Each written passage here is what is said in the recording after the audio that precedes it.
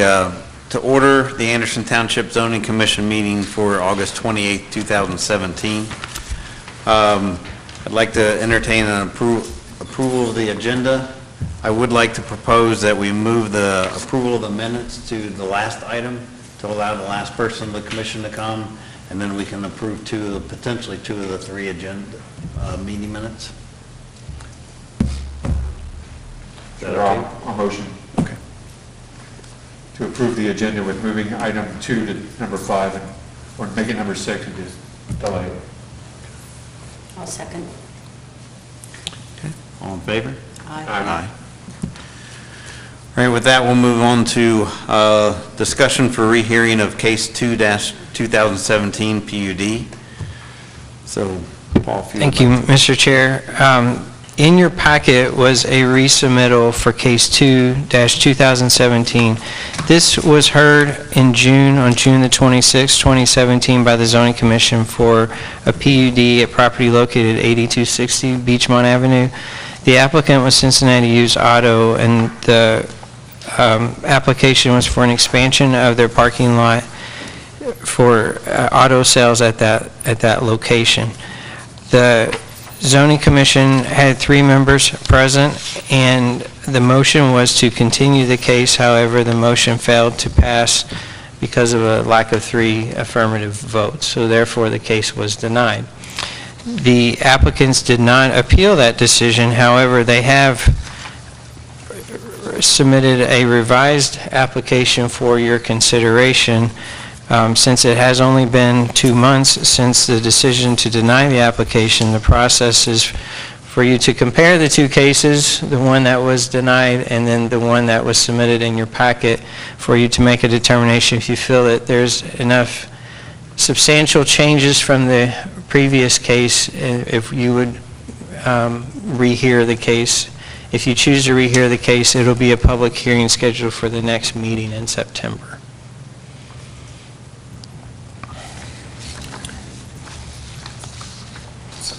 I have a question. Since it was denied, could they not just reapply with the revisions as a new case? Generally, we ask, and it's not specifically in the Zoning Commission bylaws, it's in the Board of Zoning Appeals bylaws, that the applicant must wait at least a year, unless something has substantially changed that would warrant a rehearing of the case. Generally, if a case is denied, the option is to appeal within 30 days. That would go to the Board of Township Trustees, but an appeal was not made. Instead, they are asking for it to be reheard. So really the question is, do you think the application is substantially different from the one that was heard in June that would warrant a rehearing of the case, that would make a different outcome, or should it not be reheard again? Any questions or discussions? I would just make a comment. I compared these plans with the plans that we had received previously. I was not at that June meeting when it was reviewed and considered. But the case isn't any different. I mean, they did finally submit some of the components that were required with the initial submittal, like landscaping and so forth. But I don't find the case any different than it was, so I would not be in favor of reconsidering.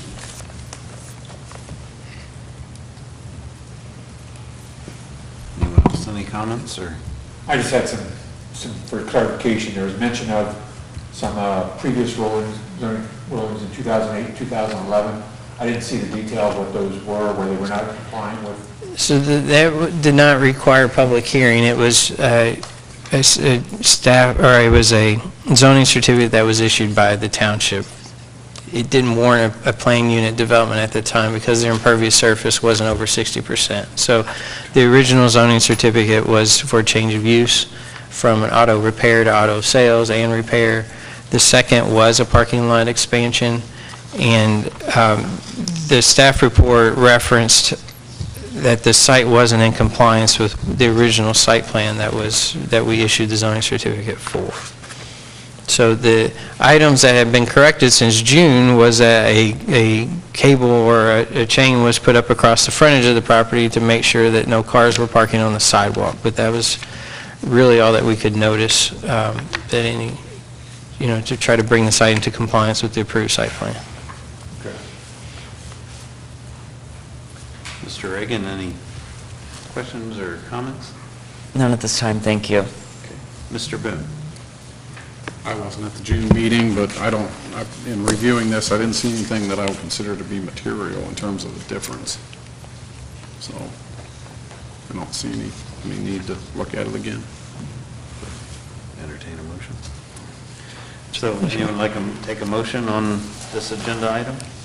I would make a motion that we not review case 2-2017 PUD for the property at 8260 Beachmont Avenue, as there have been no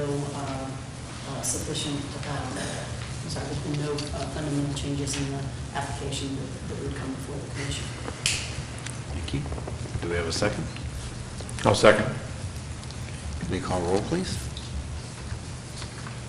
Ms. McBride? Yes. Mr. Lewis? Yes. Mr. Reagan? Yes. Mr. Boone? Yes. Mr. Gothard? Yes.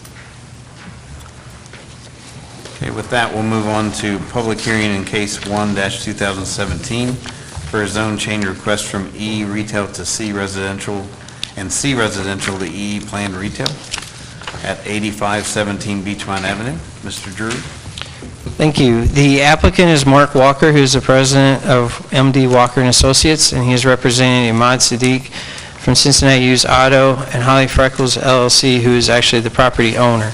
The location is at 8517 Beachmont Avenue, and the zoning there is E retail and C single-family residence. Again, the request is for a zone change to an EE, which is a planned retail business district. The applicant is proposing to expand the parking area to add approximately 23,500 square feet of pavement, which would include 66 new parking spaces with a 100-foot setback to the rear, which is the south property line. The proposed use of the property is a vehicle staging and temporary storage for an off-site used car dealership, which is Cincinnati Used Auto. The building itself, the current building on site, which was previously used as a restaurant, would potentially be used for an office. Case history: this was heard by Hamilton County Regional Planning Commission on June 1st, 2017, and the Regional Planning Commission recommended approval with the following conditions and recommended that the following variances be approved. So the first one is a detailed landscaping plan be submitted as part of the final development plan. Number 2, a 30-foot access easement for future vehicular cross-access shall be identified along the east and west property lines to permit adjacent properties cross-access, which is consistent with the Beachmont Corridor Plan. Number 3, the drainage plan for stormwater management be designed to meet the standards of Hamilton County Stormwater and Infrastructure Division. The right-of-way be dedicated along Beachmont Avenue in accordance with the Hamilton County Thoroughfare Plan. The existing proposed parking area should be designed to meet minimum space and dimensions of the zoning resolution. And number 6, that a lighting plan be submitted that shall be in compliance with the zoning resolution. The following variances were recommended with the addition of a extra right-of-way. It would create a non-conforming setback for the building, so variance for an 8-foot front yard setback where 30 feet is required. And then also the existing freestanding sign would be put into the new right-of-way. So the variance was recommended for that, as well as the overall height of the sign. So we'll go through the property slides. So this is a GIS map showing the property. Let me get the laser pointer. This is Beachmont Avenue to the north. It was formerly Kraft Wing House, and then prior to that was Buffalo Wings and Rings is the property. This is Graders to the east, and then Identity to the west, and then to the south is Sunmont Drive, which is single-family zoning. This is the topography. There is a slight decrease in grade from north to south. Again, an aerial shot of the property in question. The northern portion of the property is the piece that is zoned for retail, and then the southern portion of the property is zoned for single family, which is wooded And again, the restaurant or former restaurant building is in the front with the parking in the back. This is the actual zoning line, the official zoning map for the township. So the northern portion is zoned retail and the southern portion is zoned single family. And the proposal is to go for the entire parcel to be EE planned retail. The site plan, again, is to add additional parking toward the south. There is a proposal of a 100-foot setback to the actual parking area and approximately 80 feet to what would be disturbed as part of the clearing and construction of the parking area. This is the proposed landscape plan, which the landscaping is in compliance with the interior landscaping parking islands. Is not in compliance with perimeter because on the east and west property it is still zoned for single family. So although the adjacent properties are wooded, perimeter landscaping would be required. In addition, the proposed parking is not set back the required to residential area, and we'll get into that with the areas that are in compliance and not in compliance in the staff report.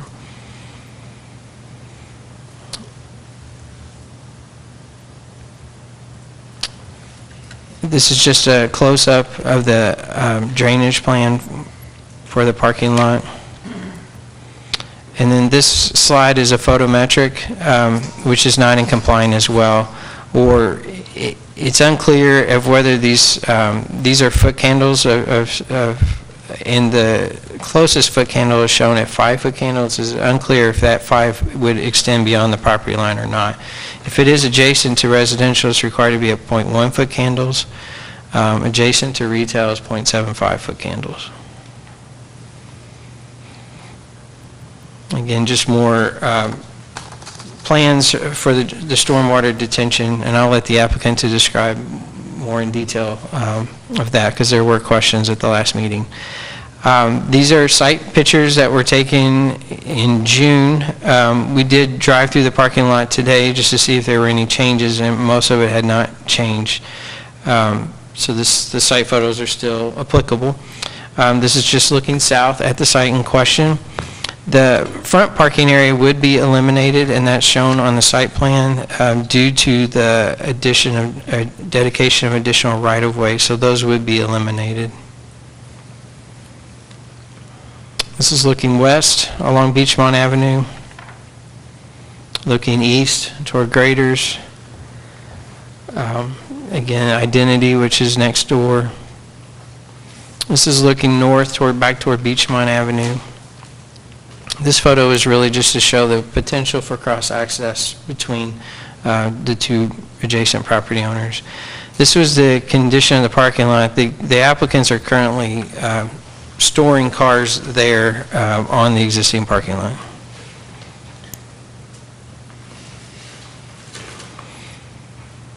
This is the wooded area. It's just hard to take a picture of the wooded area from the ground, but you could see it from the air. So the staff report is written, the first part of the staff report goes through the conditions of the Regional Planning Commission. The second part, during the zone change application, the application is routed to all county agencies. So the comments from the county agencies are noted in the staff report. There was some discussion regarding stormwater, which is noted in the staff report. Some discussion from ODOT requiring the cross-access, which is consistent with the comprehensive, or with the corridor plan. And those are the two main comments. So the findings, we review a zone change based on zoning resolution compliance as well as compliance with adopted plans. So for zoning resolution compliance, it is compliant with the exception of the following, and these are going to be on the PowerPoint as well in the staff report. The first part we've touched on is that the building would be required to have a 30-foot front yard setback, and with the dedication of a 60-foot right-of-way from the center line Beachmont Avenue, this would leave the building with an 8-foot front yard setback. Article 5.3DE requires the parking area of 5 or more vehicles to be no closer than 10 feet from the property line to the adjacent. The applicant is proposing a 5-foot setback to the adjacent residence district along the east and west, and then 100 feet along the southern portion.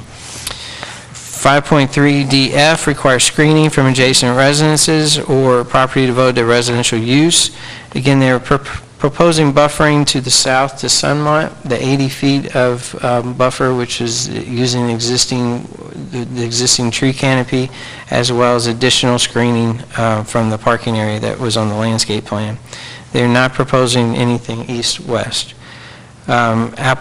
Article 5.3K in Table 5.3 requires a parking lot post not to exceed 24 feet in height and lighting levels not to exceed 0.75 foot candles and 0.1. Again, it appears that the lighting plan of the foot candles were exceeding those levels adjacent to the residence district as well as the commercial district. And maybe the applicant can clarify that as well.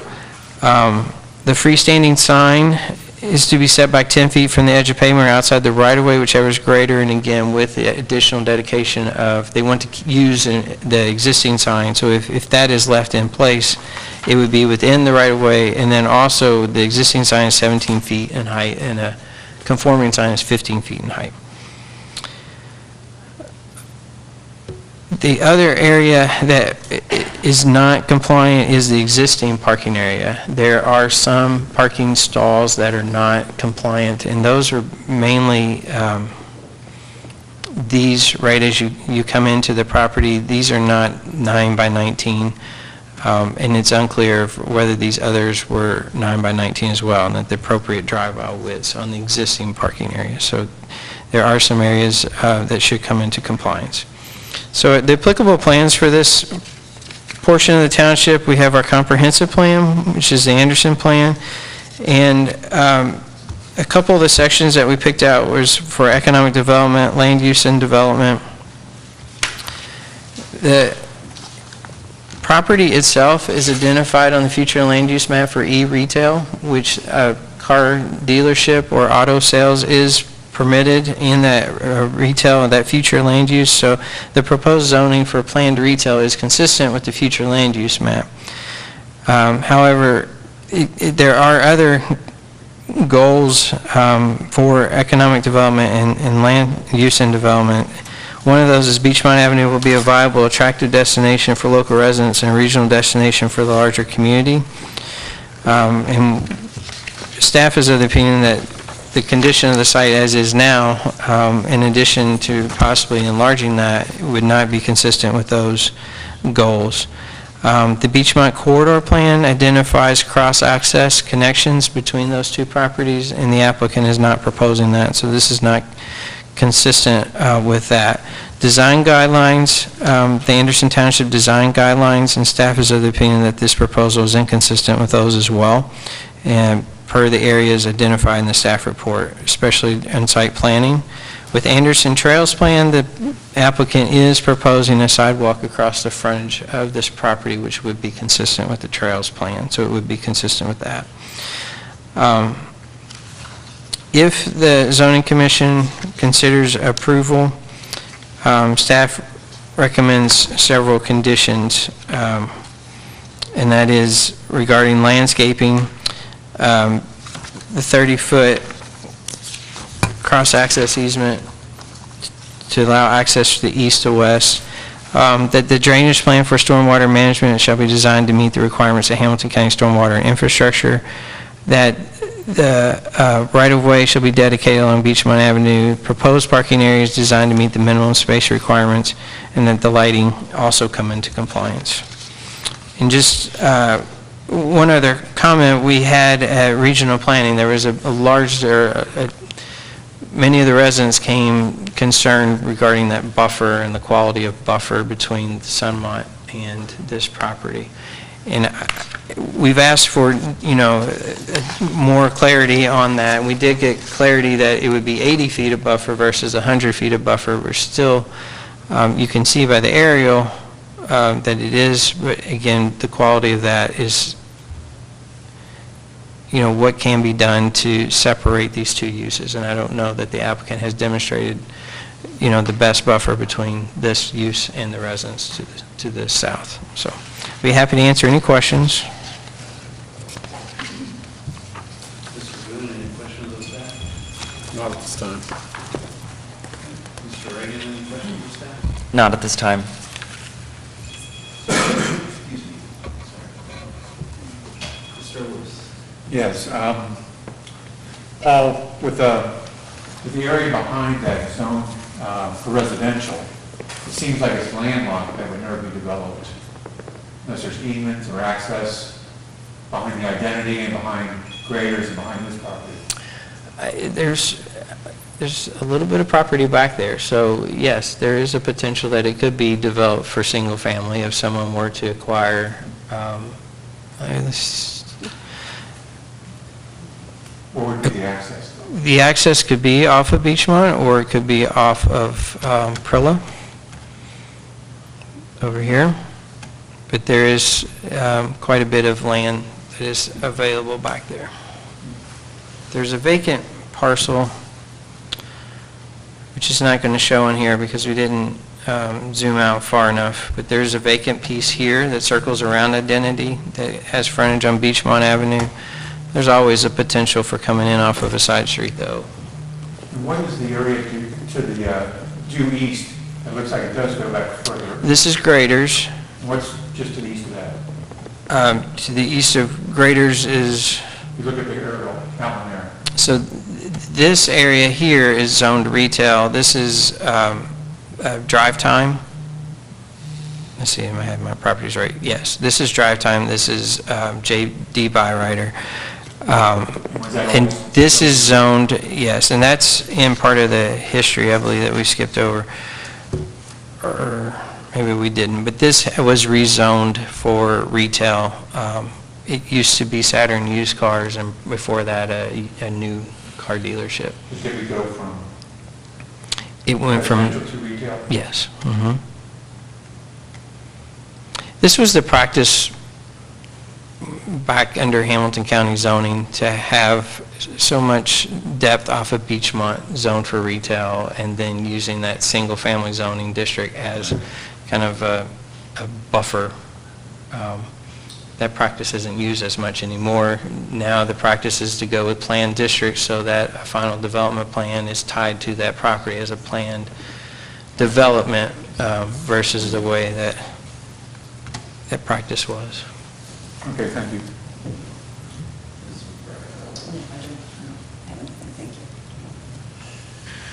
With that, if the applicant would like to come up and state their case and present their case.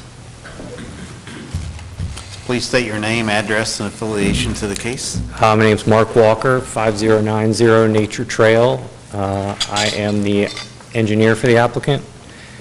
And the request, as far as the request goes, is pretty straightforward. The applicant would like to build a parking lot expansion to house some off-site vehicles from his car dealership that he has that's in this area. That'd be used for storage of the vehicles before they are cleaned up and go to sale.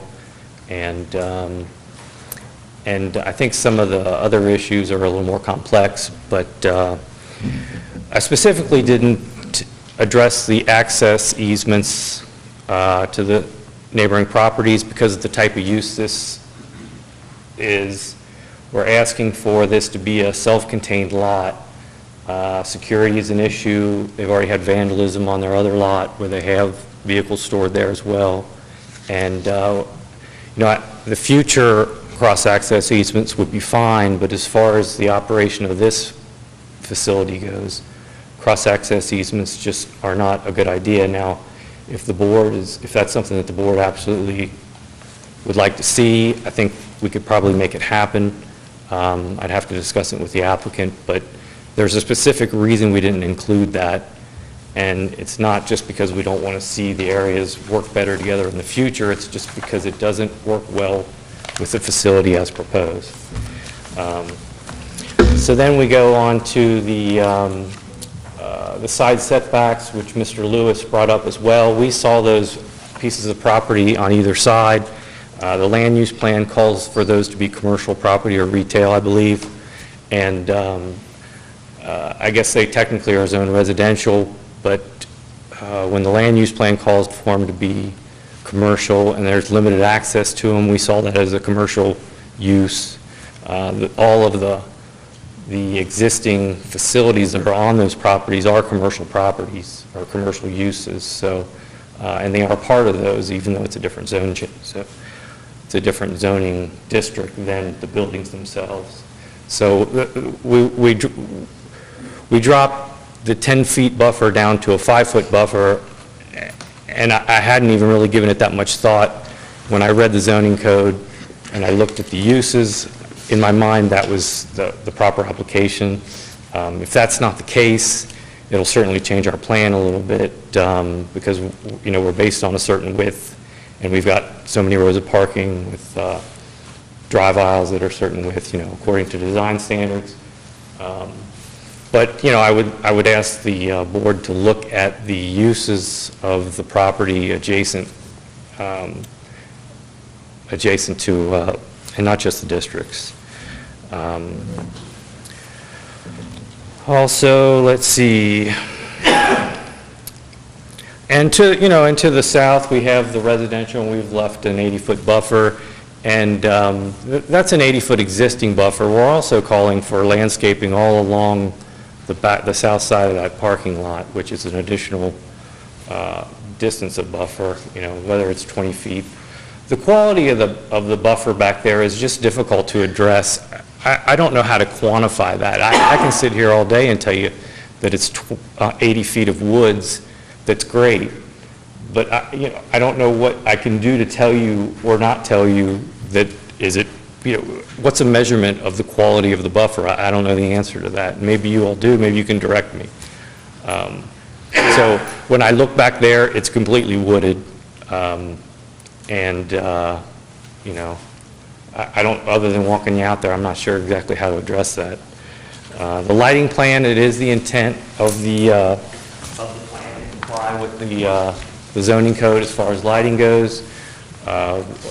We use the photometric drawings provided by the downward directed cutoff lights, which are not supposed to spill backwards.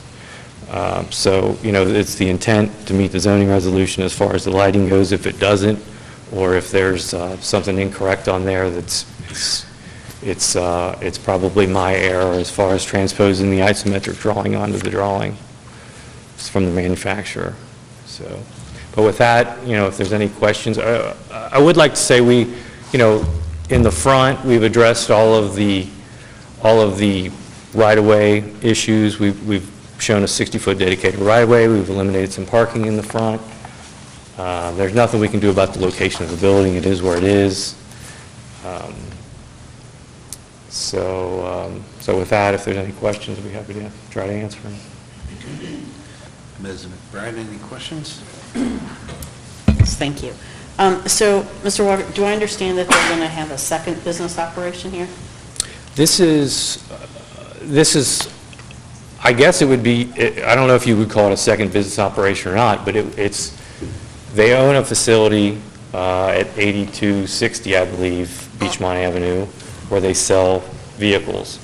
And they have quite a bit of inventory, and they need a place to store additional vehicles before they're able to get them ready for sale. So whether you would call that, I mean, there will be no sales of vehicles going on at this location. So will they be repairing the vehicles at this location? They're not really damaged. Typically it's more cleanup and, you know, detailing and things like that. So there'll be people there all the time during the day? I would doubt that there would be people there all the time during the day, but maybe the applicant can, no, there will not be people there all the time during the day. So is the building to be used?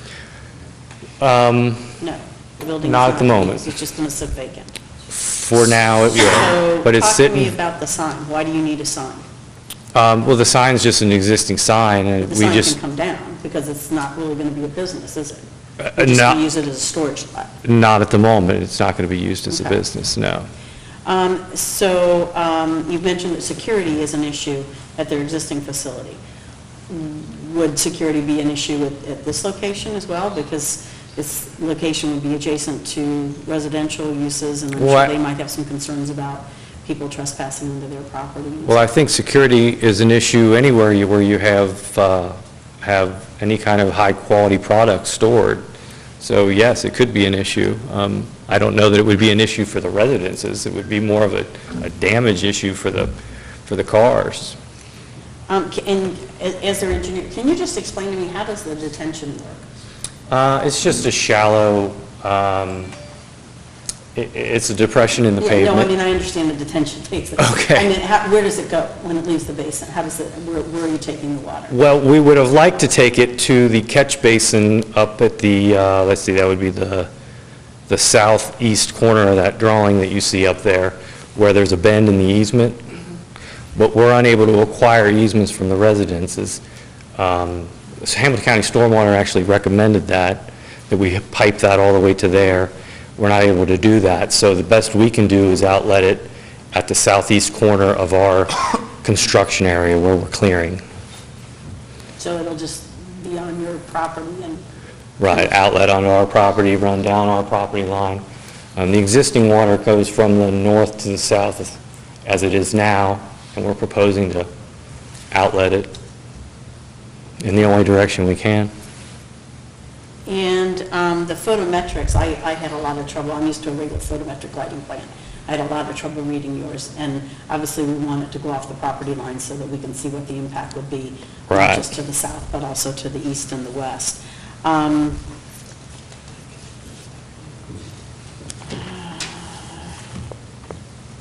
And I guess with regards to the cross-access issue, I mean, I think any business could make that same argument about, they don't want it, the security and that kind of thing. So I guess, I have a lot of concerns about this, and I think that there's a lot of information that still needs to be provided. So anyway, I'll pass it on to one of my fellow commissioners. Mr. Lewis. I agree with the cross-access. I think it's important as we look at all these cases that we make that, one of the key tenets of it. And I agree with the sign. But I had no other questions this time, but I'd like to go come back after we heard. Okay, thank you. Mr. Reagan? Yes, I would like to concur with my fellow commissioners, especially regarding the cross easements. And could you just further develop what would make it a little difficult, in your view, to have those easements recorded for both the east and western portions?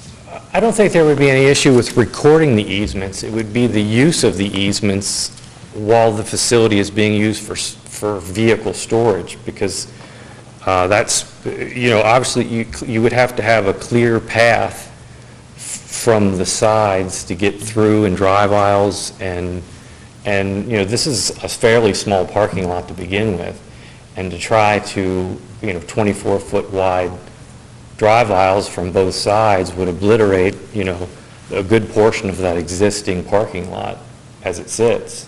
So there's no issue with actually recording the easements. It would just be if they tried to use them right now, that would cause an issue for the, for the potential user. No further questions, thank you. Okay. Mr. Boone? You said that there's no other plans for the building at this time.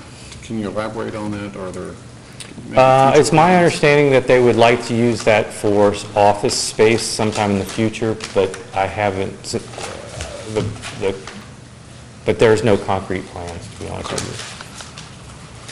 the building being vacant, I think, is a concern, for probably all of us, but that, and I think there's a substantial amount of trees that would have to be removed here, and I've got some concerns about the sound from Beachmont getting back to these homes, and I've seen situations before where I know maybe we can't quantify it, but it's certainly Well, it's a even if concern. this is zoned residential and developed as residential, the trees would come down all the way back to the property line. Right. So while I recognize the sensitivity to the residential area, this particular property owner has a right to his trees. I mean, there's no green space easement, there's no and two properties to the north, they've developed it just as close to the residential, if Right. not closer to the residential than we're proposing here. You're going to leave an 80-foot buffer? We're leaving a 100-foot setback to the pavement, Okay. and we're leaving 80 feet of the trees undisturbed. Okay. Gotcha. That's all I have. Thank you. Mr. Chair, could I just ask one other?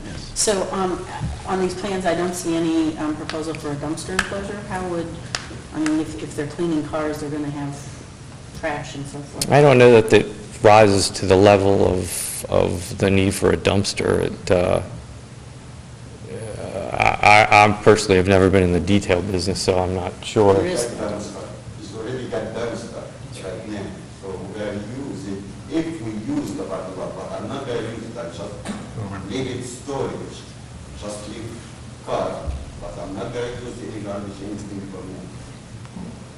thank you. I have a couple questions, mostly concerning about the stormwater. You say it currently flows to the south. Correct. Where does it currently exit the property? And in what direction does it flow? Well, the existing rainfall falls on the whole property. It flows from the north to the south. And I would say there's fairly defined swales on both the east and the west property lines. And those flow over into the residential area. So when it exits the property, does it actually go to that catch basin that you were hoping to pipe to, or Hamilton County? would like to Eventually pipe? it does, yes, eventually. I mean, it, But across the neighboring properties at this time? correct, yes. Okay. All right.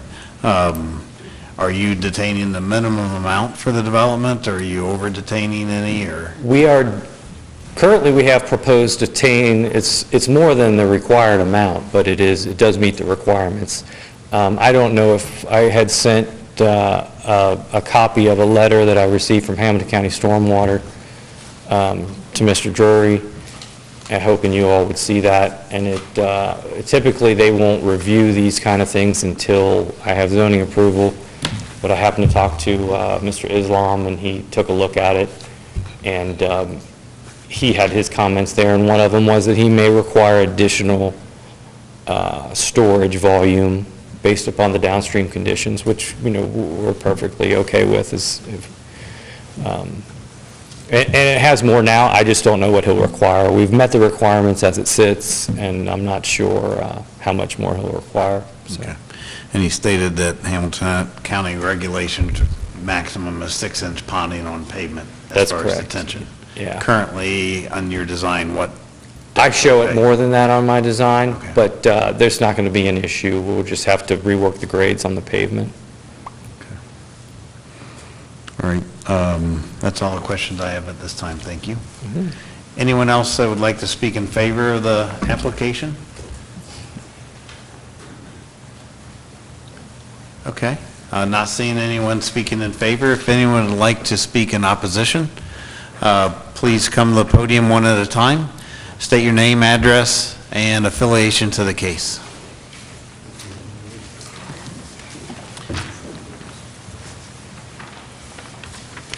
My name is Terry McQuarrie. My address is 8518 Sunmont Drive. My property is adjacent to this whole situation. And I just wanted to express our concerns. We have several of them as a, neighborhood here. The beautification that we currently enjoy with the trees back there, we can enjoy, throughout the summer as well as during the year too.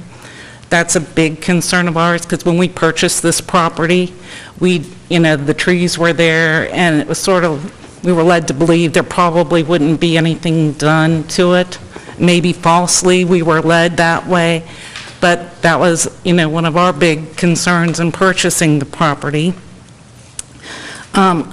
We have experienced also during heavy rains, in fact, our neighbor's yard, they get like a flood coming through, and water stands on the property right behind us. So, and also, a couple years ago, we had it tested that there were a lot of mosquitoes being drawn to that water.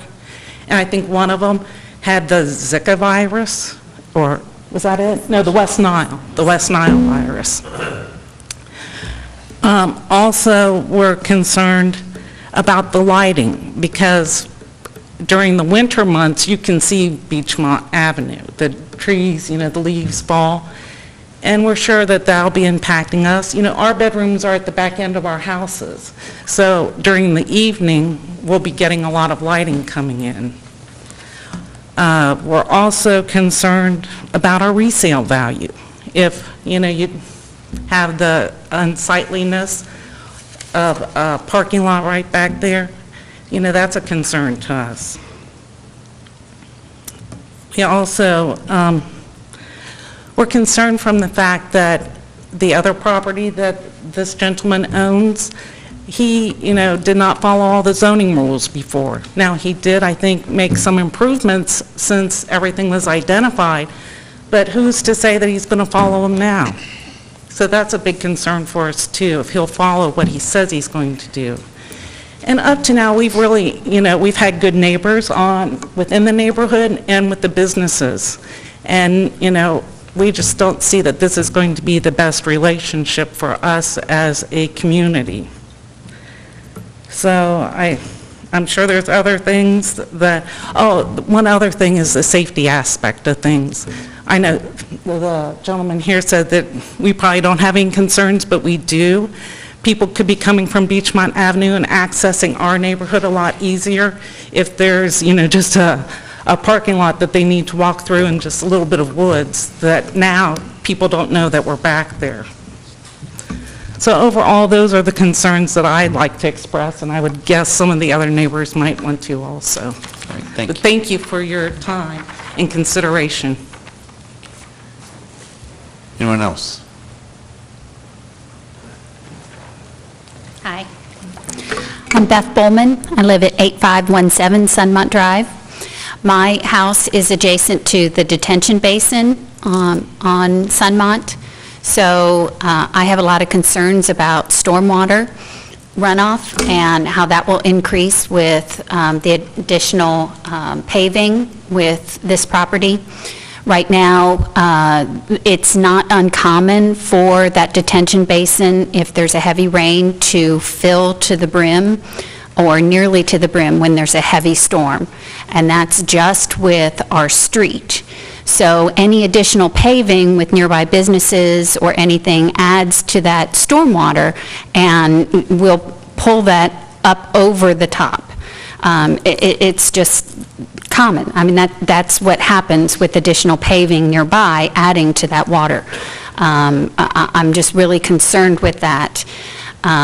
We have a lot of other neighbors have problems with rain and, water runoff in their backyards, and that's supposed to slow it down. And right now, it is barely handling what's happening on the street. I don't want to overflow and have additional problems on the street. The lot currently, in their plan, they said that they're not going to use that building for a couple of years. That was what they have submitted, that their plan is to use the site simply for off-site vehicle storage, and that they're not planning to use the building at all. They have currently been using that site for off-site vehicle storage. I happen to visit graders a lot, probably more than I should. But, so I have witnessed their off-site vehicle storage. The reason that they really can't have cross-vehicle traffic is because their definition of off-site vehicle storage is storing cars in there like Tetris game. They have cars stored in there back to back to back. It's not like a normal parking lot that you see in a store. They have them in there. I don't know how they would get the car in the very back. They have them crammed in there like a Tetris game. So you couldn't have cross-traffic with graders or identity. You can't get another vehicle in that lot. There is no way for graders to have cross-traffic.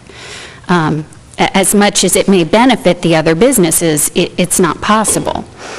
I'm concerned about things like lighting and noise pollution and smell and things like that we would have in the neighborhood that we don't currently have. When, as she mentioned, as the leaves come down, we would see all of this going on. You know, I understand that there is a buffer zone, but when the leaves come down, we don't have the leaves there as that additional barrier.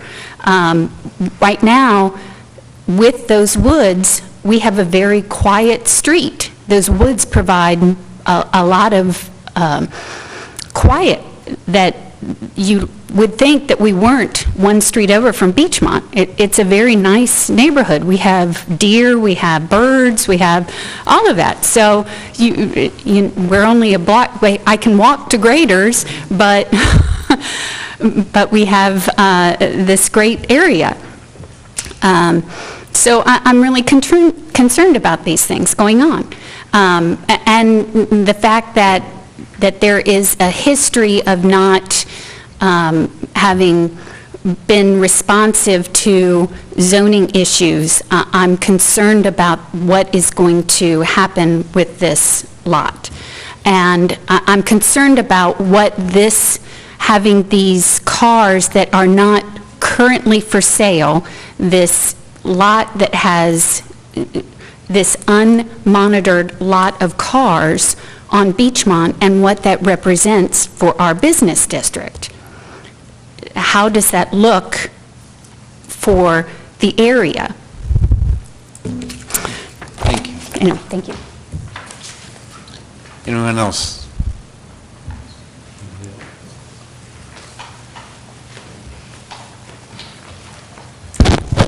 Hi, I feel like it's important for everyone to hear from as many neighbors as possible. So my name's Christy Blankenship, and I live at 8525 Sunmont Drive. So I'm actually next to Beth Bowman, who just spoke, and so my house is, I'm one away from the retention bin that's currently there.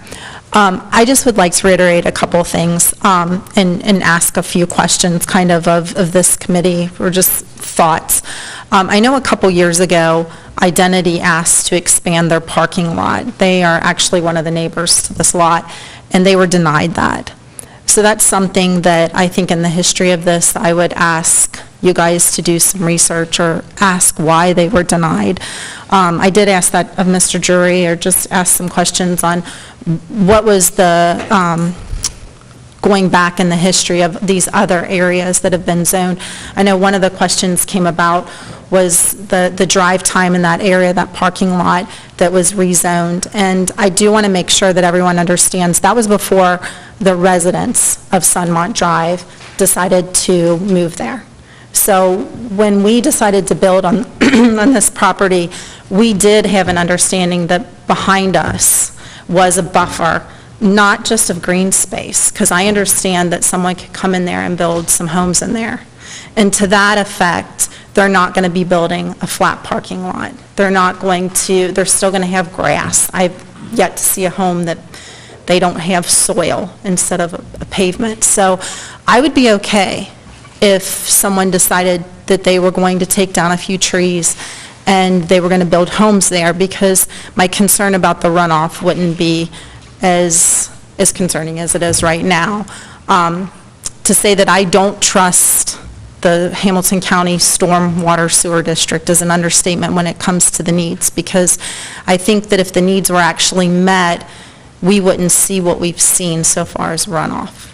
I also think that it's a valid point that this gentleman, we've been members of this community, most of us, for 17 to 20 years, and I think it is a strong point that he has had so many issues with his other property, which is the property that he's using to currently sell.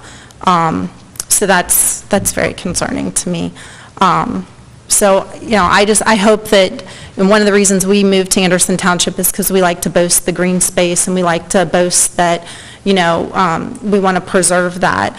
And I know that it's great to have these plans, and that you guys want to have this grand plan of Beachmont corridor and access. But I would also just keep in mind what that's going to do to the value of our homes, because we're definitely going to hear that. I personally would not have purchased at the front of the street. I didn't purchase at the front of the street. I could have had any of those lots. I know with Drive Time and JD Byrider, they have issues with car alarms going off in the middle of the night. If he would happen in the future to put a dumpster there, one of the neighbors was talking about the dumpster that gets emptied at like 4 in the morning and the pounding and how loud that is. So, those are just all grave concerns for a neighborhood that, like Beth said, you wouldn't think being one street away from Beachmont Avenue, we'd have a quiet street, but we really do. So, thanks for that. Thank you very much.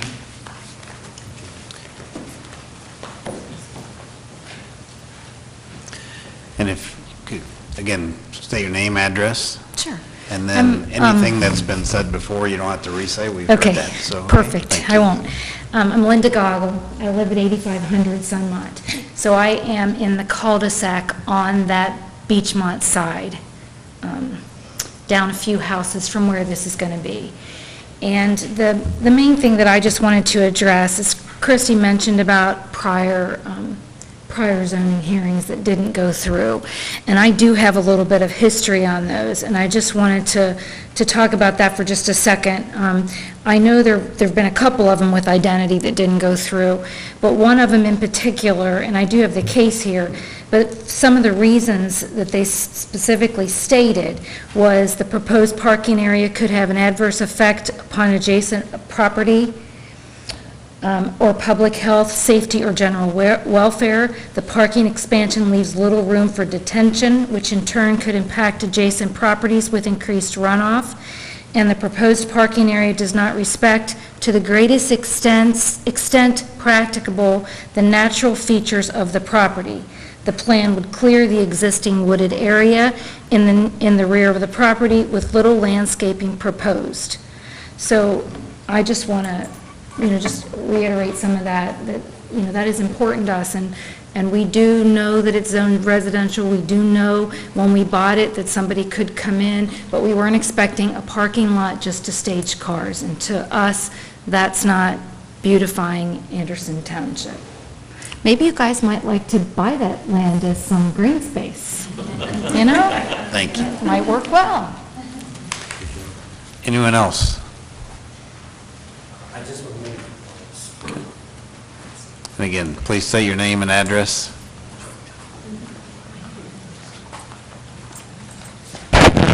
So I'm Tapendra Sinha, and my home address is 8538 Sunmont Drive, and the back side of our house faces the deep woods behind. And 2 years back, my daughter did a project on birds, and there are like 20 species of different birds, songbirds, that come in our woods. And I'm gravely concerned that that is one of the most beautiful things that we have in Anderson Township. In spite of having a busy road, we have a beautiful wood, and we have so many different kinds of wildlife.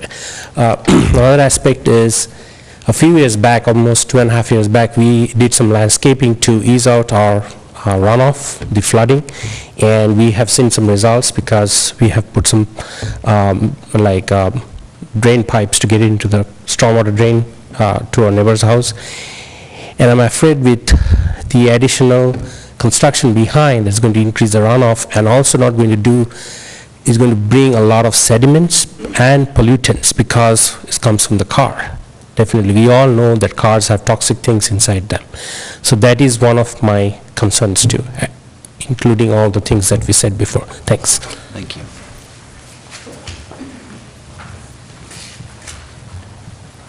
Hello, my name is Susan Podwell Jenkins. I live at 8537 Sunmont Drive, directly across the street from the gentleman who just spoke. So would be on the south side of Beachmont. My husband bought our home in 2003. I moved in 2007 from Fort Thomas, Kentucky. I was not pleased when I first moved to Anderson Township because all I knew was Beachmont Avenue, ugly, Coleraine. That's what I thought. So, as I've gotten to know Anderson over these 10 years, I am amazed at the wonderful green space that our community has. I walk in the evening in our neighborhood and in the surrounding areas. There are rabbits that come out at dusk. We've seen deer in the mornings. There's a lot of wildlife. And other than the sirens, you don't hear the traffic on Beachmont.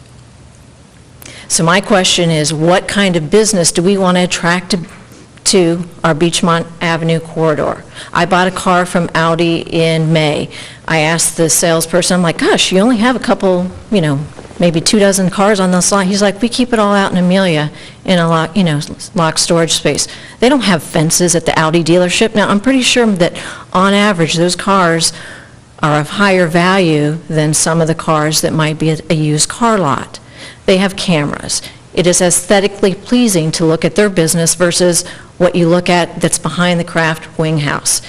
And I don't know when you noticed at the Kraft Wing House today, there's a 3 to 4 foot section of the roof on the left-hand side, on the greater side. I don't know if you want to call it guttering or whatever, that it's gone, missing. So that's dropped off in the past few months that hasn't been repaired. So I was at the Hamilton County meeting where they pushed this over to your zoning committee. Mr. Drury was there, but also the owners of Identity were there and expressed their displeasure with the plans next door. And the owner of Identity, he also said he spoke to Chip Grader, who said he would not want to grant the easement or the crossway access to the next door neighbor. It's a family business. So I am not them, but Mr. Drury was there and did hear the owner of Identity speak. So that's all I want to say. Thank you. Thank you. Anyone else? Hello, I'm Kate Daly, and I live at 8532 Sunmont Drive, and I'm going to be very brief. I agree with everything my neighbors have said, so I will not repeat that. The only thing I have not heard is danger.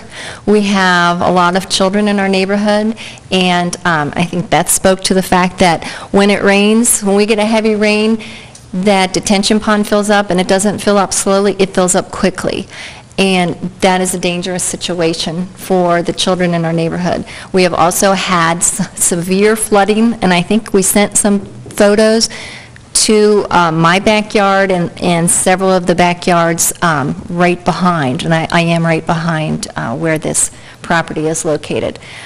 So much so that things were floating out of their backyard shed. Furniture that's how much it flooded. So that's all I wanted to say. All right, thank you so much. Thank you. Anyone else? Okay. Yeah, my name's Jerry McQuarrie. I live at 8518 Sunmont Drive, which is west of the lot that he wants it to buffer. I've lived in Anderson Township most all of my life. I know the goals of Anderson Township. I know that they love green space, and they love wildlife, and they love parks, and I can't see tearing down one tree for having 20 cars stored. I can't see tearing down one tree for this gentleman. So that's just my comment on this. All right, thank you, sir. Okay. Not seeing anyone else. If the applicant would like to briefly speak to any things that they heard tonight, they are more than willing to. If not, we'll close the hearing and discuss amongst the commission. We may be here from the property operator. Yeah, that'd be fine. If the owner of the property operating the business would like to speak about anything they heard tonight? Okay. Please come to the podium, state your name and address, and Ms. McBride does have some few questions if you'd like to answer those. My name's Christina Sadek, and I live at 1426 12 Mile Road. Someone said something about Audi having cameras. We as well have cameras, and we could set up cameras there. Granted, our cameras found thieves, and we called the cops and actually caught them. So security would not be an issue. And for like business standpoint, it should be better for Anderson to open a new business, but I don't know. It's just my So if you'd like to answer a few questions? Me? Yes, that'd be great. So maybe you can explain, so the building is going to sit vacant for a couple of years?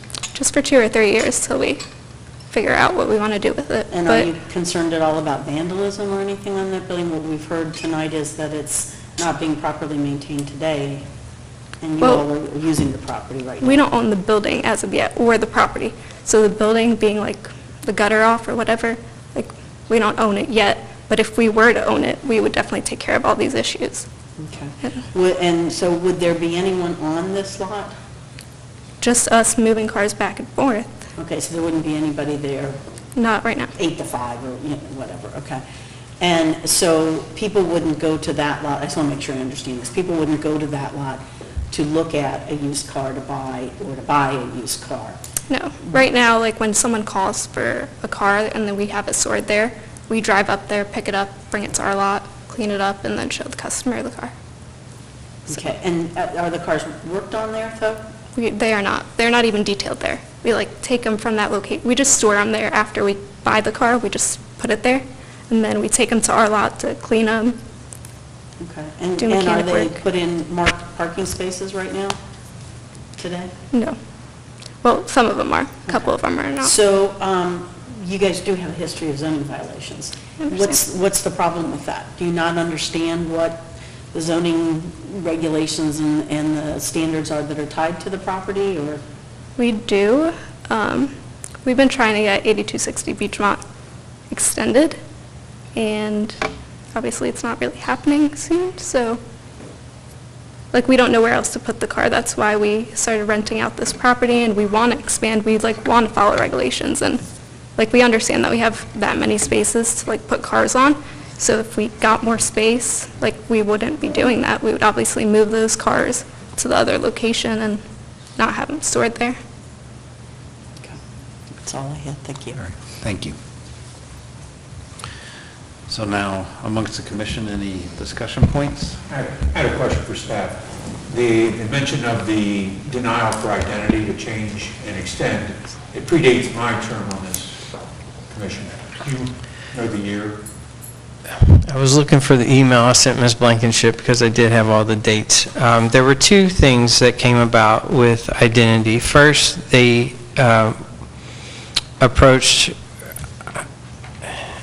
it was either a zone change or a variance. This was prior, I believe it was actually a variance, to park commercial vehicles on a residentially zoned property. That was at the similar time when the township adopted PUD regulations. Then it did go before the zoning commission for a PUD hearing and was approved to expand under the PUD hearing. The reason, some of the reasons to deny the variance initially was that this property, it's hard to tell in this exact picture, but this is their property line. It's a much smaller piece of property. So they were proposing to pave the majority of their site and not leave much of any buffer. The buffer behind them is a separate piece of property that's actually owned by TP White Funeral Home. So their buffer didn't even belong to them. So the initial, yes, this is all zone single family, and this is also a portion of its zone single family as well. And ultimately, a PUD was granted to extend that pavement into that area as a PUD and not a variance. Again, that was right as the township was adopting the PUD regulations, and that was the difference there. Could I also ask Steph a couple questions? If I need to run and get that email and get those, I looked through the folder. I thought for sure it was in. That's okay. On the, at the Hamilton County Regional Planning Commission meeting, was the owner of Identity there? Yes, they were. And were they in opposition to this? They were, yes. And what did they state as their concerns? They were not pleased with the condition of the lot as it currently is being used for the storage of cars. They felt that it detracted from their business.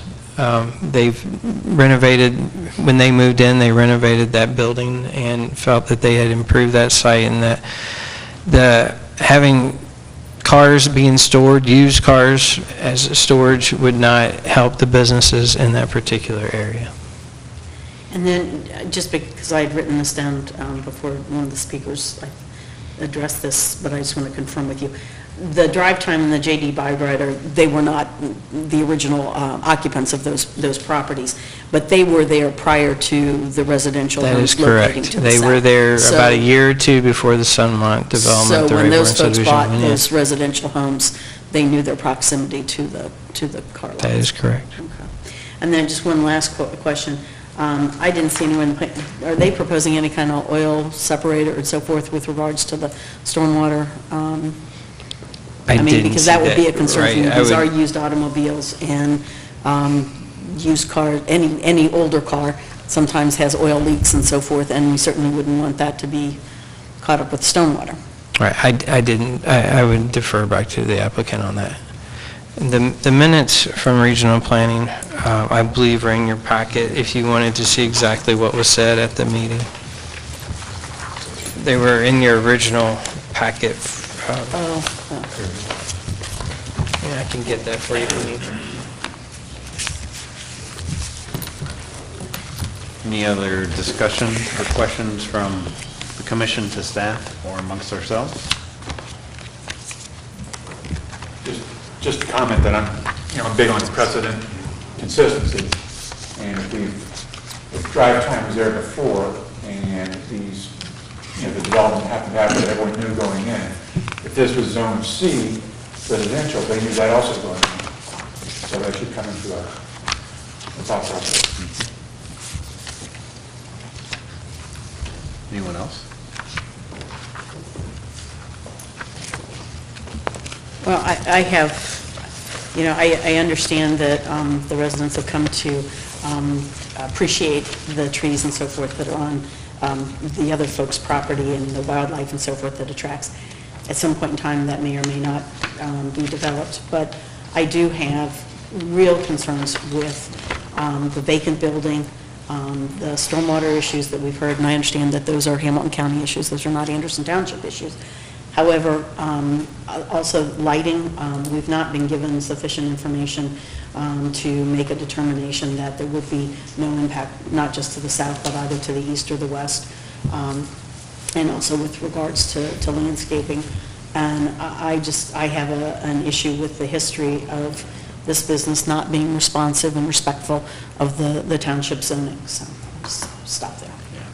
And I guess I share your concerns of lack of information on buffering, landscaping, the site lighting, all of that. Especially after, knowing we're going to be looking at those sort of items from previous applications for the same owner, should have been sort of thought about that we're going to be asking those same questions, and we should have had a complete, thorough sort of application. So with that, any other discussions? Yes, Mr. Reagan. Yes, I would just like to echo the sentiment of my fellow commissioners, but my concern doesn't necessarily come from the property owner's previous activities, because I think sometimes when we consider someone's previous actions, those might have more of a prejudicial than probative effect on our decision, and I think that each case should be weighed separately on the merits, and on the merits, that's where my concerns come from. I have questions about the efficiency of taking a relatively valuable piece of property on Beachmont Avenue and using it specifically for car storage. I think that there might be other properties that would be more advantageous to that use, especially considering the surrounding businesses. I think that this would be more of the exception to the rule in that regard. My other concerns also come from the stormwater drainage. I think that is a serious issue, and that just goes to the environmental impact of this development.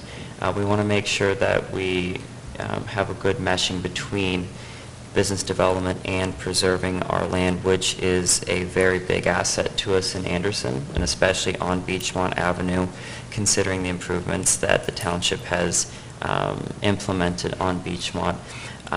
And again, with the lighting, I think that is another concern as well. But really what it comes down to on the merits is this the most efficient use of valuable property that is going to be seen by thousands and thousands of cars every day. And from the totality of the evidence that I've seen, my answer to that question is no. Thank you. Mr. Boone? I don't have anything at this point. I think I'm ready to... So with that, if someone on the commission would like to make a motion? I would make a motion that we recommend to the Board of Trustees denial of case 1-2017 Anderson for the property at 8517 Beachmont Avenue, that we are concerned with the impact on adjacent properties, both residential to the south and business to the east and to the west, that we have concerns with regards to stormwater and how that would be handled. We have concerns that the applicant is not addressing the requirements of our zoning resolution with regards to lighting and to landscaping, and currently using the property that is already zoned for business, not in compliance with our zoning resolution and our zoning requirements. For all of those reasons that we recommend denial to the trustees. All right, thank you. Anyone like to second? I would like to second. Okay, thank you, Mr. Reagan. Can you please call roll? Ms. McBride? Yes. Mr. Lewis? Yes. Mr. Reagan? Yes. Mr. Boone? Yes. Mr. Gottlieb? Yes.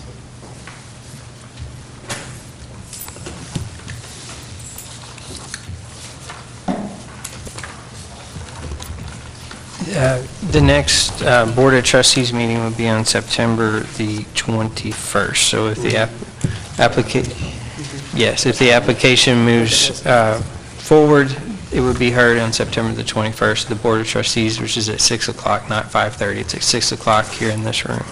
But you'll receive notice if the application moves forward.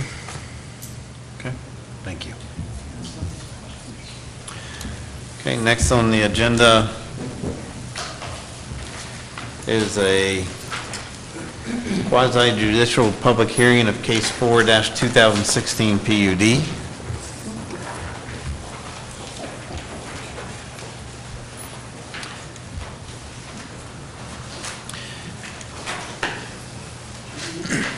With this, we'll let them exit and then I'll read a brief statement. So first, I'd like to outline the procedures the commission will follow in hearing and deciding this matter. Under the zoning resolution, our decision is subject to appeal to the Board of Township Trustees and then to the Court of Common Pleas. As a result, we must employ different procedures from other cases that are typically presented to the Zoning Commission. Because this is a quasi-judicial proceedings, the commission will only receive evidence as to whether the application meets or does not meet the standards and criteria in the zoning resolution. We do not want to hear opinions, just facts. As a result, all persons presenting testimony before the commission, whether for or against the applicant's position, may only do so after being sworn in and being subject to cross-examination. The staff will present a summary of the application. The applicant will then present its case. The board members may ask questions of the staff and anyone who speaks on behalf of the applicant. If an attorney presents the case for the applicant, the attorney is not sworn in and is not considered to be a witness. As a result, the attorney's statements are not considered as evidence. Evidence only comes in through the witnesses who testify before the commission after being sworn in. The burden is on the applicant to present evidence that the application satisfies the standards and criteria for the approval. After the applicant presents its case through its witnesses, all persons in the audience supporting the application will be permitted to testify one at a time after being recognized by the chair. When all persons supporting the application are finished, those opposed to the application will then be permitted to testify after being recognized by the chair. If anyone in opposition is represented by attorney, that party will go first, followed by any members of the audience. As stated previously, all persons wishing to testify, whether for or against the application, will have to be sworn in. We'll give you 4 minutes to speak your position. And now, anyone that plans on speaking will give to testimony. Please stand, raise your right hand. and repeat after me. Do you swear to tell the truth, the whole truth, and nothing but the truth? So help you God. Okay, thank you very much. Now, if staff would like to present case 4-2016 PUD. Yes, Mr. Feist will present this for us tonight. Thank you, Mr. Feist. Okay, so the applicant is Mike Cassidy of Atlantic Signs on behalf of Beachmont and Anderson, the property owners. This is located at 7171 Beachmont Avenue and is zoned EPUD.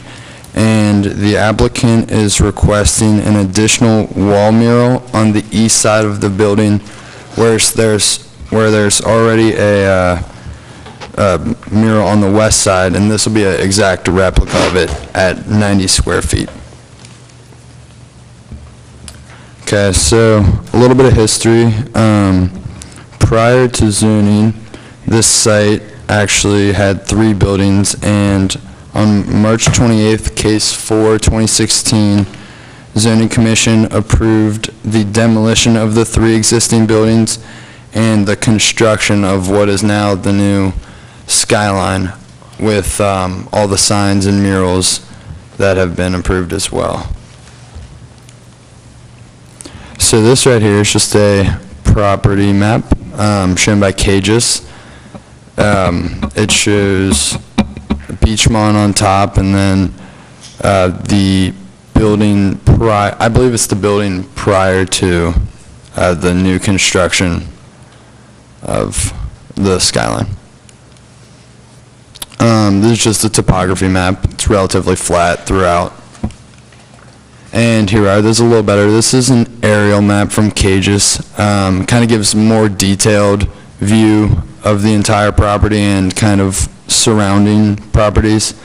As you can see to the south, that's multifamily and single-family residence. Other than that, everywhere around north, east, and west are all retail.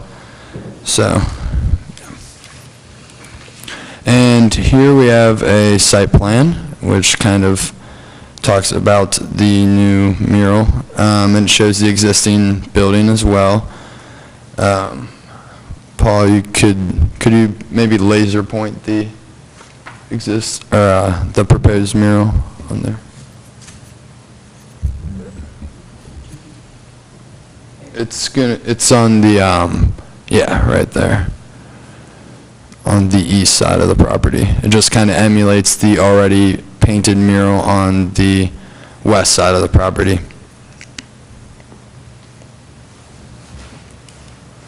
All right, so this is just an elevation of what it'll look like. As you can see, it'll have the big Skyline logo and also emulate the Anderson Township in the bottom, just like the others. This is just an existing site plan as well, kind of showing the locations of each.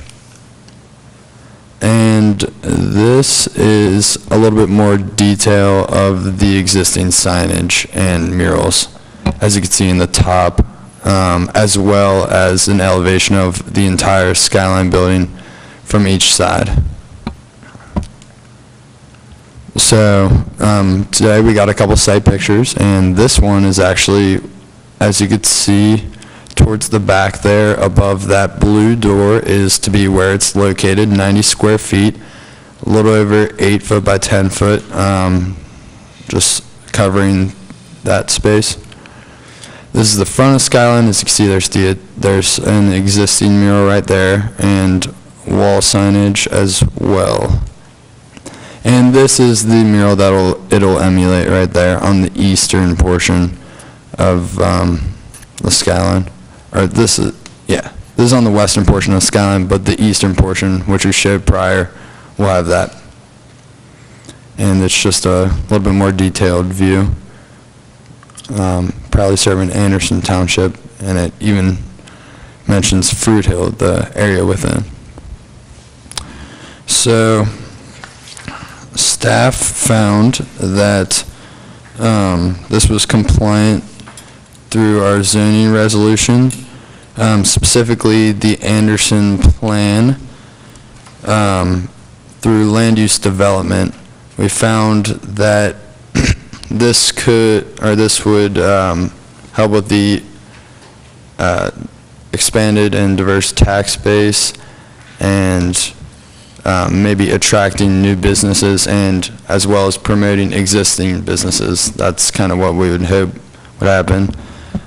Specifically with Beachmont Avenue, it's known as a attractive destination, and this additional mural will just kind of enhance the attractive nature. Now specifically with the Beachmont Corridor and Vision Plan, the site, it's in neighborhood 2 of the Beachmont Vision Plan, which is kind of in a different traditional or transitional era from downtown Anderson and the residential area more towards Mount Washington. So if residents were to be driving, say, from Mount Washington towards the downtown Anderson, they already have that kind of wall mural in the existing signs they could see right away, indicating the skyline. This would just kind of make it similar from the east if you were coming from downtown Anderson towards the residence, and you see right away, I mean, obviously that you see the freestanding signs as well, but this would just be another mural kind of indicating that the skyline's right there. As far as design guidelines, it's consistent and it comes into compliance. Lighting, or landscaping, lighting, signage, the wall signage package submitted back in case 4, it exceeded, I think it was 380 feet, whereas 375 was approved. Zoning Commission, as we know, approved the 2 murals, as it would believe the murals gave the building character and a unique appearance, obviously with the Anderson, and staff feels the same about this. And the 2 freestanding signs were approved at 60 square foot and the second at 90 square foot.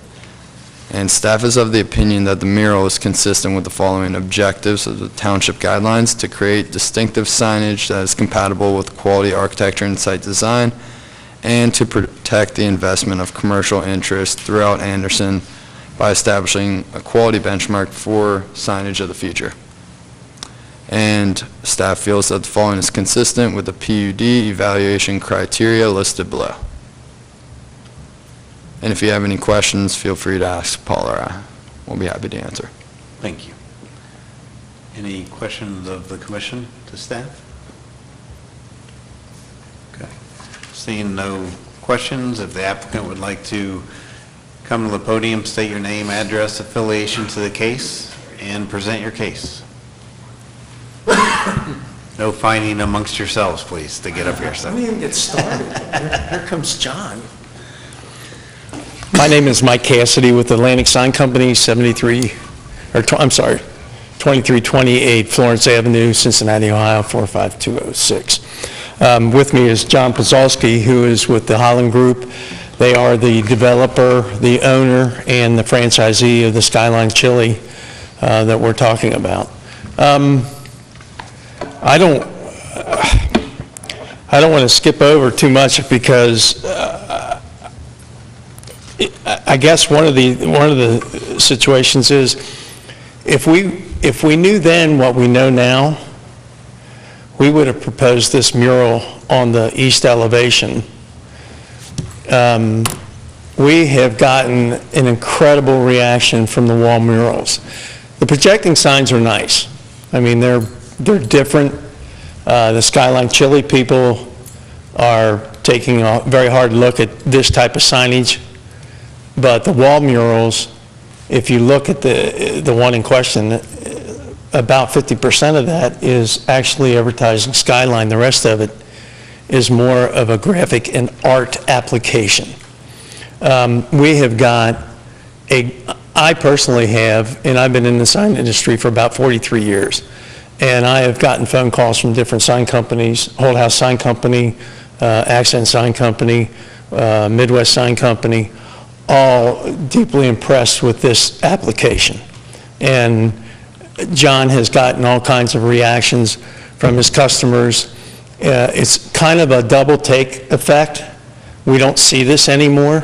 It's kind kind of a throwback a little bit, but with a modern touch. And like I said, if we knew then that we would get this kind of reaction from this wall mural, we would have proposed the east elevation with this particular wall mural for two reasons. One is, yeah, it's good advertising and identification along with the other signage as you travel westbound on Beachmont Avenue. The other part of it is, it does have the wow effect. People take a look at it, they're walking up to the one on the north elevation and doing the touchy-feely kind of thing and realizing this is actually a painted mural. We just don't see it anymore. And I can tell you that in the city of Cincinnati, there are only 3 sign painters that can do this quality of type of work now.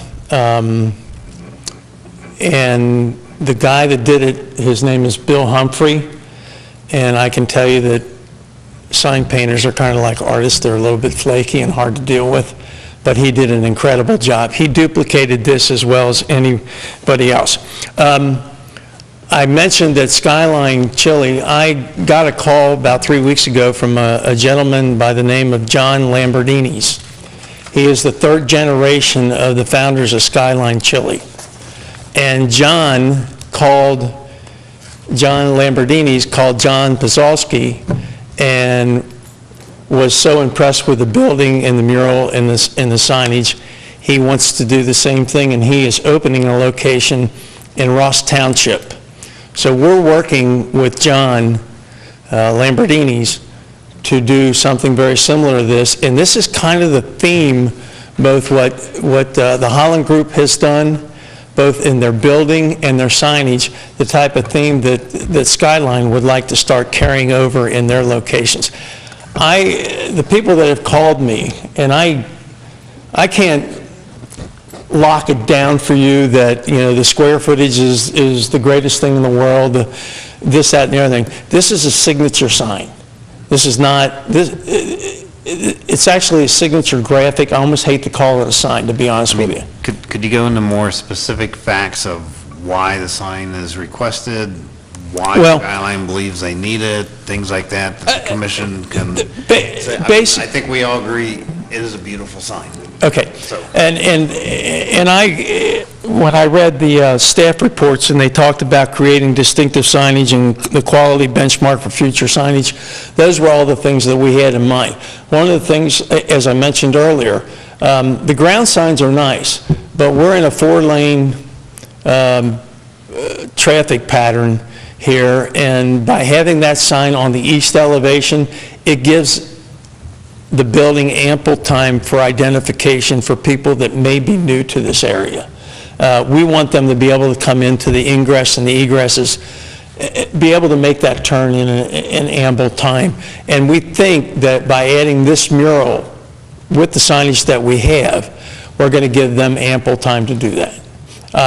I realize there are 2 monument signs out front, but this sits a little bit higher up, and from the viewing from the vehicular traffic, this is going to be even more readily visible than the signs that are on the monument. So that would be probably the most critical criteria. I didn't, staff didn't read their recommendations, but I think it's important that we as the sign users for this briefly go over some of the highlights, which were an integral component of the building.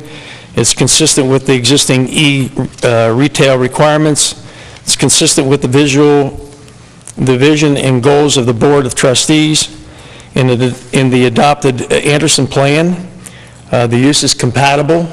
We've already got a similar graphics on the west elevation, and the project enables adequate protection of surrounding property.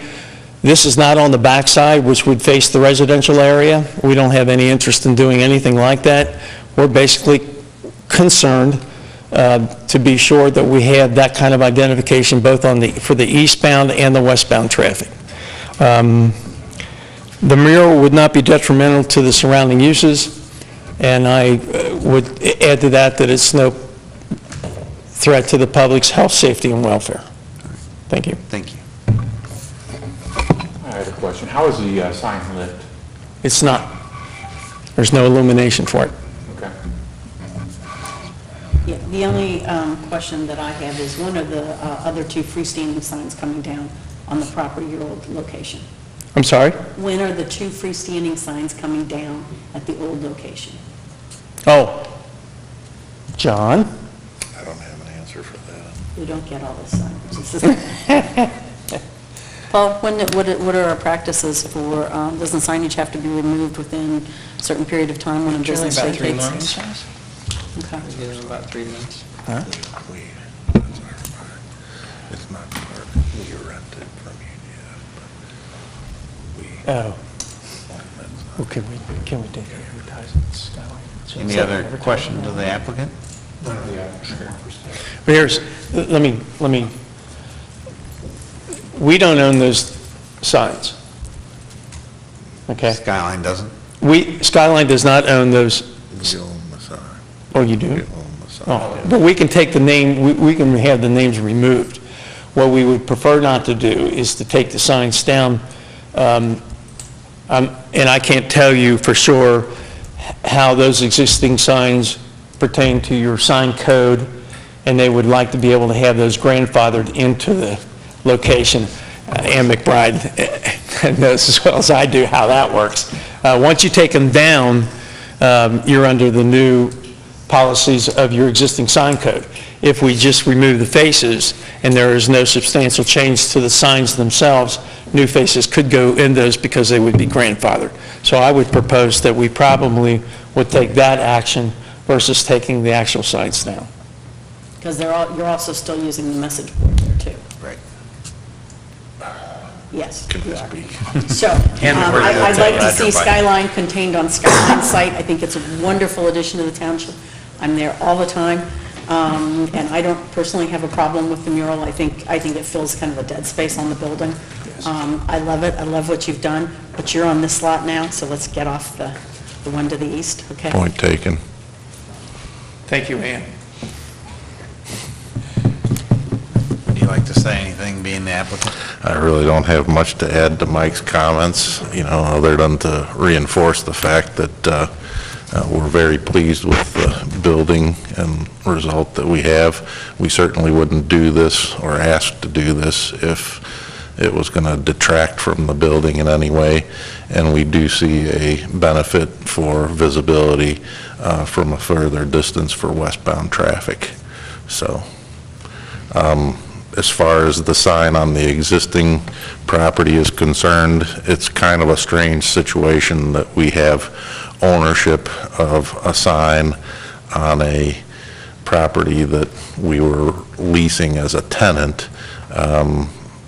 We thought we might have some discussions with the owner, UDF, of that property to see if they wanted to take that over in order to maintain the ability to provide signage for the other tenants of their facility, the strip center there, but we have not had any of those discussions currently, so. Any additional questions from the commission? We'll start with you, Mr. Boone. I'm ready to make a motion. Okay. Do you have any questions? I had a question for Scott. Is this, are we in a gray area moving forward if we approve this with other entities that come in and want to put a mural on the side of their building? If we had rejected square footage of their signage or something, is there anything within the context of our zoning to cover murals? No, I think I actually had this conversation with Mr. Cassidy, is that we treat murals, we don't differentiate between murals and wall signage. We include them all as that same calculation as wall signage. Okay. So it may be something to study in the future if, to put them in a different classification. But currently, they're all under one classification as wall signage. Okay, thank you. I guess I want to state my opinion. I think, beautiful building, beautiful signage all the way around. Personally, great addition to the township, but I do think that approving this where they're already over square footage on signage and approving an additional signage of this quantity sort of sets a precedence that now, okay, I'm going to create architecturally attractive signage, and I have precedence to sort of allow that to happen for other buildings. That's my big concern as being part of the commission, you know. Other than that, I think it is very attractive all the way around, but are we setting a precedent that, you know, a unique sign now gets special treatment beyond just a sign, and it's a significant increase over the allowable?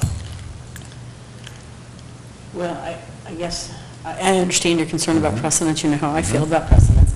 I guess, you know, we look at these one by one when they're the PUDs and so forth. And I look at this, although, I mean, it clearly says Skyline Chili. It is, in my opinion, also an architectural feature for the building. We've got the Cincinnati skyline, coincidentally the name of your business, and the reference to Anderson and so forth. So I think it adds to the building and look at it as kind of an architectural type element. So I'm good with it, but like I said, my opinion too. Everyone has their opinions and express them. Mr. Reagan. And I would just like to echo Commissioner McBride's sentiment. I concur with her. And perhaps murals might be an addition we need to make to the zoning code in the future. If that it seems like it's becoming a trend with future development, so we might want to look at adding that because it's not quite a traditional sign, so it's kind of in a weird spot, so we might want to add something to the zoning code about that in the future to just specifically address this. And I think the commission has leeway to state why they've accepted or approved something. It's just a matter of, you know, again, that precedence of it is an architectural feature. Coming from the architectural background, I can make a lot of things an architectural feature. Mr. Gothard, if I may. And I think Ann really hit the point more than anything else. It is a PUD, and that's where we give a little bit of latitude in some of the things that come in versus strictly by a zone. But the other part is, and I appreciate Ann's comment, because both of us have been in before cities that are developing sign codes and have variance boards. And one of the things that we reiterate to zoning board or to variance boards is that each case needs to stand on its own merit. And I think in this particular case, because it is a PUD, and as much as we may not like to admit, we sure wish we would have kind of mentality, introduced this in the original PUD, and I don't think that it would have been a question at that point, even though it was over the square footage. I understand that. I do. But I appreciate Ann's comment that, you know, we're not really setting a precedence as much as we're looking at what our PUD application was, and maybe this is something we took too lightly. The chair's ready, I would make a motion. Yes. So someone make a I motion. would make a motion that we approve case Anderson 4-2016 PUD for the property at 7171 Beachmont Avenue to include an additional mural on the west elevation of the building to mimic the mural on the east elevation of the building. Why? Because we had to do that last time with the revolving sign. Because it adds an architectural element to that west building elevation in an area that's currently blank, and provides graphic relief for that area. Thank you. Do we have a second? I'll second. All right, Mr. Boone, thank you. Could you call roll, please? Ms. McBride? Yes. Mr. Lewis? Yes. Mr. Reagan? Aye. Mr. Boone? Yes. Mr. Gothard? Yes. All right, with that, last thing on our agenda, we'll close the public hearing, which we probably should have done a little bit ago. Thank you very much. Thank you. Last thing on the agenda is approval of minutes. It appears based on the current commission that we can approve March 27th. Anyone have any comments concerning the March 27th commission meeting minutes? With that, entertain a motion to approve. So moved. Second? Second. All in favor? Or, I'm sorry, call roll, please, sorry, since we're not a majority. Ms. McBride? Yes. I abstain. Mr. Reagan? Do I need to abstain? Abstain. Yes. I abstain. Mr. Boone? Yes. Mr. Duffy? Yes. So I think we need to make another motion. Yeah, he seconded the motion, and he wasn't here for it. So we'll do that again. We need a second of the motion. I'll second that. Okay. Who made the motion? Mr. Reed? Okay. So, wait a minute. Who moved? Scott, did you move? Yeah, Scott. Or should we say, yeah.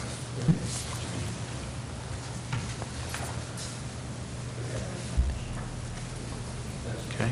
And then between Mr. Lewis, Mr. Boone, and Mr. Reagan, a motion to approve the April 24th, 2017 commission meeting minutes. So moved. Do we have a second? Munson? Second. Okay. Could you call roll, please?